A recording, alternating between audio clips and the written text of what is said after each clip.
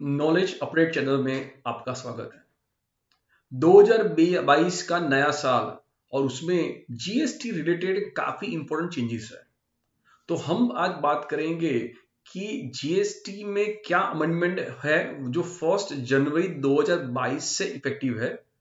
Additionally there are few functionalities which are added by the government जो हमारे लिए important है समझने के लिए।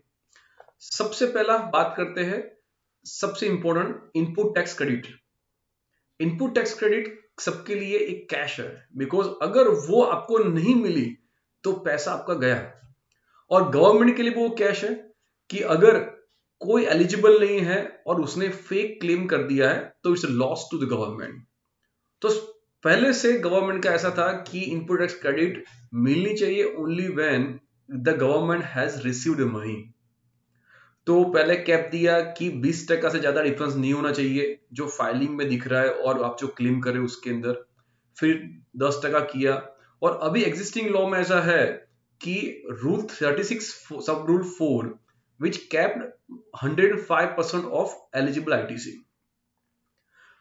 तो ऐसा था कि अगर आपके पास टैक्स इनवॉइस है या डेबिट नोट है तो उस केस में आप 105% ऑफ एलिजिबल जो आईटीसी है उस तक आप क्लेम कर पाओगे, even though it is not reflected.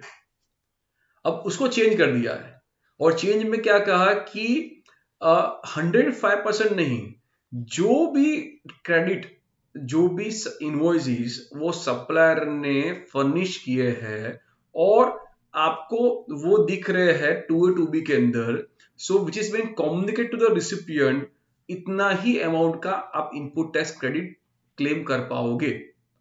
तो आज की प्रोविजन ऐसा है कि from this period onwards GSTR 1 जो फाइल किया है सप्लायर ने, जहां पे उसने सब इनवॉइस की और डेबिट नोट की इंफॉर्मेशन फर्निश की है और जो आपके 2A2B में दिख रही है, तो उतना ही आप क्लेम कर पाओगे। विदाउट दैट क्लेम करना पॉसिबल नहीं है। तो now we need to ensure के सप्लायर्स जो भी है वो टाइमली जीएसटी 1 फाइल करे। अगर वो टाइमली फाइल नहीं करेंगे तो there be a delayed filing, delayed claim of ITC by you. Second very important thing is that कि अगर कहीं पे इश्यूज है जहां पे सप्लायर फाइल नहीं कर रहा है तो वो आपका लॉस हो जाएगा। सो प्लीज एंश्योर कि आईटीसी क्लेम करने के पहले जीएसटीआर 1 सब सप्लायर ने फाइल किया है कि नहीं है। कॉरस्पोंडेंटली अप्रोप्रिएटली एज रिक्वायर्ड मेरा मानना है कि अब सब सप्लायर्स को एक एटलीस्ट ईमेल या कम्युनिकेशन कर दीजिए कि दे विल एंश्योर कि इस तरीके का वहां पे चीज नहीं होना चाहिए। दूसरा इंपॉर्टेंट चेंज है वो है सेल्फ असेस टैक्स का। पहले था कि सेल्फ असेस टैक्स क्या है वो डिफाइन नहीं किया था, बट वहां पे अभी एक्सप्रेशन ऐड किया है। वो क्या कह रहा है कि self assess tax shall include tax payable in respect of details of outward supplies furnish but not included in the return. That means GSTR 1 में मैंने आज बताया कि मेरे आउटवर्ड सप्लाई जीएसटीआर 1 में इतना है, मेरा सेल्स इतना है, और जब मैं 3B के लिए जा रहा हूं तब आउटवर्ड टैक्स पेमेंट जो है वहां पे मैं वो पे नहीं कर रहा हूं, वहां पे वो मैं दिखा नहीं रहा हूं। तो उस केस में the difference will be treated as your self assess tax और जो आपको पे करना पड़ेगा। तो यहां पे क्या हुआ कि रिकंसिलेशन हो गया। जीएसटीआर 1 जहां पे आपने सेल्स आउटवर्ड सप्लाई दिखाया है और वहां से जो टैक्स ओरिजिनेट होता है वो टैक्स की इंफॉर्मेशन जीएसटीआर 3B में कैसे आ रही है, वो दोनों का रिकंसिलेशन में अगर कहीं भी इश्यू होगा तो मुझे पे करना पड़ेगा, इवन दो जीएसटीआर 1 या 3B के अंदर डिफरेंस है। तो काफी इश्यूज निकले और रिप्रेजेंटेशन काफी हुआ जहां पे सबको लग रहा है तो unnecessary there will be a tax liability. तो रिसेंटली डिपार्टमेंट ने एक बेसिकली एक सर्कुलर निकाला और उसमें उन्होंने उसको पोजीशन को एक्सप्लेन किया है कि कहीं पे पॉसिबल है, there is genuine reason.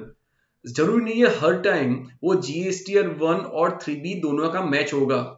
Genuine reason भी पॉसिबल है जहां पे कि रियली टेक्निकली इश्यूज है, जैसे कहीं पे टाइपोग्राफिकल एरर हो गया है, पंचिंग ऑफ इंफॉर्मेशन जहां पे था जीएसटी 1 में या 3B में कहीं भी एरर हो गया है और मैंने कम पे किया है, या क्या क्या हुआ कि जीएसटीआर 1 जो मैंने फाइल किया उसमें अगले पीरियड का भी कोई अमाउंट मैंने इंक्लूड किया है, तो वो सेम मंथ के अंदर जीएसटीआर 1 और 3B का आउटवर्ड टैक्स मैच नहीं होगा। तो देयर आर जेन्युइन रीजंस। तो वो जेन्युइन रीजन अगर होगा तो उसमें आपको कोई दिक्कत नहीं है, आपको परेशान नहीं होना है। एक अपॉर्चुनिटी टू बी प्रोवाइडेड, सबको एक अपॉर्चुनिटी मिलेगी before addition of the amount payable. हर एक को अपॉर्चुनिटी देगी। अगर आपका जीएसटी 1 और 3B के अंदर मिसमैच है, आपको अपॉर्चुनिटी दी जाएगी। अगर आप उसको एक्सप्लेन करते हो विद रीजनिंग तो उसमें एक एडिशन का इश्यू नहीं आएगा। तो कम्युनिकेशन जाएगा आपको with DIN number which is authentic communication and then we can reply it. But मेरा मानना ऐसा है कि let us ensure every time के 1 एंड 3B मैच हो रहा है। जब आप 3B में टैक्स लायबिलिटी दिखा रहे हो तो इन केस नहीं है तो उसी टाइम उसी मंथ पे आप रिकंसिडरेशन बना के रखो कि whenever some kind of combination comes आप इजीली उसको रिप्लाई कर पाओ। तीसरा पॉइंट है कि जो पावर दिए है प्रॉपर्टी एंड बैंक बैलेंस को अटैच करने के, उसके लिए there are few sections earlier जो डिफाइन किया था। ये सेक्शंस के अंदर पावर है कमिश्नर को प्रोविजनली अटैच करने का। अब उन्होंने क्या किया, दो चेंज की है। एक तो इंस्टेड ऑफ सेक्शंस उन्होंने चैप्टर्स पूरा उसमें डाल दिया है। दूसरा along with the taxable person उन्होंने सबको ऐड किया है जिसके any person who retains the benefit. तो ओनली टैक्सेबल पर्सन नहीं, बट जो भी पर्सन, जो भी आदमी जिसने इसका बेनिफिट रिटेन किया है उसके भी वो प्रोविजनली अटैच कर पाएगा। तो ये बदलाव है इसके अंदर। E way bill provisions, I think काफी टाइम ऐसा होता है कि confiscation of basically your vehicles happens, goods happens over the on movement, because क्या होता है कि there is a violation of e way bills. तो वहां पे पेनल्टी थी 100% for taxable goods. Now that has been increase to 200% in case of taxable goods for penalty for release of goods. अगर appeal करते हो अगेंस्ट लाइक 139 सबसेक्शन 3, तो उस case में now the at least 25% of the penalty need to be paid. जो आपने admit किया है उसमें तो आपको पे करना ही है, बट जो डिस्प्यूटेड है उसके में भी 25% ऑफ पेनल्टी आपको पे करना है for penalty to appellate authority. अब जो नई एक फंक्शनलिटी जीएसटी डिपार्टमेंट ने बोला है कि वो लॉन्च करने हैं, वो है इंटरेस्ट कैलकुलेटर। आप जब जीएसटीआर 3B फाइल करोगे तो वहां पे automatically table 5.1 of GSTR 3B जो इंटरेस्ट है वहां पे system computed interest on the basis of tax liability value declare by tax payer will come. जैसे आपने लास्ट मंथ का जो आपने 3B फाइल किया, वो 3B आपने डिले पे किया गवर्नमेंट को। तो जितना भी डिले आपने गवर्नमेंट को पे किया है तो टैक्स लायबिलिटी लास्ट मंथ की और नंबर ऑफ डेज डिले, उसका एक इंटरेस्ट कैलकुलेशन होके आपको नेक्स्ट मंथ में मींस करंट मंथ जब फाइल करोगे आपको दिखेगा कि प्रीवियस मंथ में आपने 3B इतना में चलन इतना डिले पे किया है, आपकी लायबिलिटी इतनी थी, तो वो ऑटोमेटिक आ जाएगा। सो इस तरीके से एक बेसिकली 3B के अंदर वो इंफॉर्मेशन आ जाएगी। इट इज एडिटेबल, वो उसको आप चेंज कर पाओगे, but it's kind of minimum interest which you to pay as per what you admitted and you paid delay last month. दूसरा ये भी होगा कि आपको जब आप 3B के अंदर इंफॉर्मेशन दे रहे हो तो अगर आप प्रायर पीरियड की इंफॉर्मेशन दे रहे हो, अभी ऐसा है कि 3B में जो भी टैक्स पीरियड है उसका कोई ब्रेकअप नहीं है, तो ऐसा एज्यूम होता है कि सब ये मंथ का ही करंट पीरियड का ही है, बट काफी टाइम आपने पुराने पीरियड का पे किया है। तो how can we justify that, how can we differentiate that?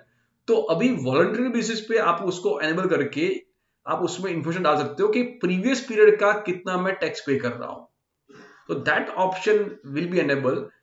उससे क्या होगा कि इजीली अंडरस्टूड होगा कि जो इंटरेस्ट मुझे कैलकुलेट करना है उसमें प्रीवियस पीरियड का कितना है, करंट पीरियड का कितना है।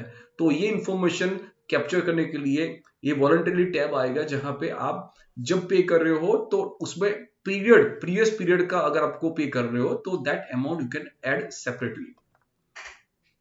तो ये सब इंपॉर्टेंट चीजेस है। So my wish to each one of you happy new year 2022।